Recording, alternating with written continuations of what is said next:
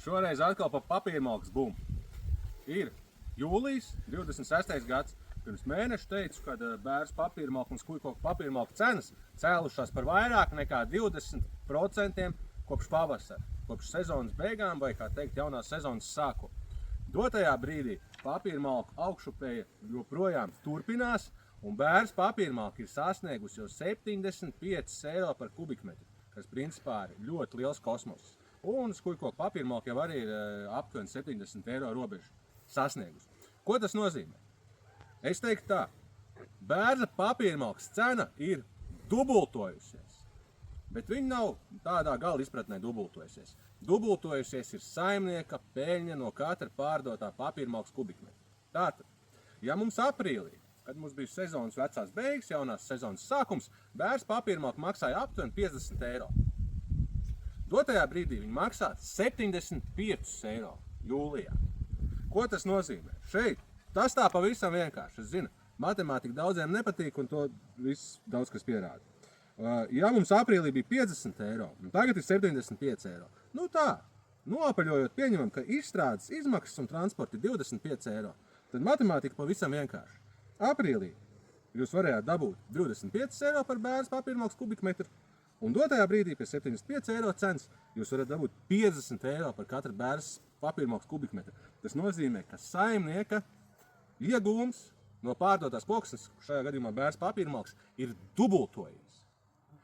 Un tagad ir vienmēr tas aktuālais jautājums par to, kurā brīdī pārdot un vai pārdot. Un šajā brīdī, kā vienmēr, viss saka, celsies vēl ir vasaras vidus, līdz rudenim vēl noteikti celsies un tā tālāk. Tirgu vienmēr raksturo pieprasījums un piedāvājums.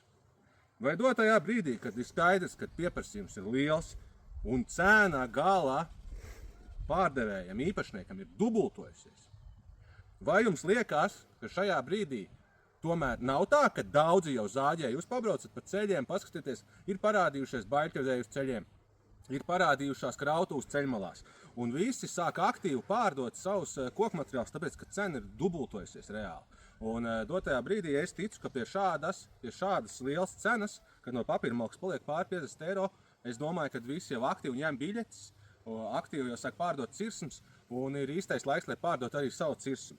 Protams, var cerēt, un visticamāk jau pa kaut kādiem dažiem eiro vēl tā cena varētu piekāpt, bet uz to nevajag spiest. Un, kā jau es vienmēr esmu teicis, ja kaut kādā brīdī tā cena kaut nedaudz sāks iet uz leju, tajā brīdī ir viss. Tajā brīdī ir lejupējošs tirgus, cirsums pārdot tik grūti, un viņas ir jāpārdot par šķietam zemāku cenu nekā tajā brīdī maksā. Un, principā, dotajā brīdī arī skujkoku papīrmalka maksā ap 70 eiro, un tur tas stāsts līdzīgs arī, ka tā īpašnieka peļņa no katra kubikmetra principā ir dubultojusies. Tā kā savus cirsmus obligāti gatavojam. Ja man būtu jāpārdot tagad cirsmu, es vēlāk par augustu droši vien, ka neriskētu. Jo labāk tomēr ir droši paņemt to cenu, kas tagad ir dubultā, nevis cerēt, ka viņi būs vēl bišķiņa lielāka, bet ar to risku, ka jūs varat zaudēt visu šo dubulto starpību. Jo pieredze rāda, ka šāds liels cenu rāviens parasti cikliski ir reiz 3, reiz 4, reiz 5 gados. Iepriekšējais bija 22. gadā, kad bija enerģētiskā krīze, tā tad ir pagājuši 4 gadi, un tā cena viņa nokritīs. Agri vai vēl viņa nokritīs. Jautājums, vai jūs paspēsiet pārdot savu cirsumu.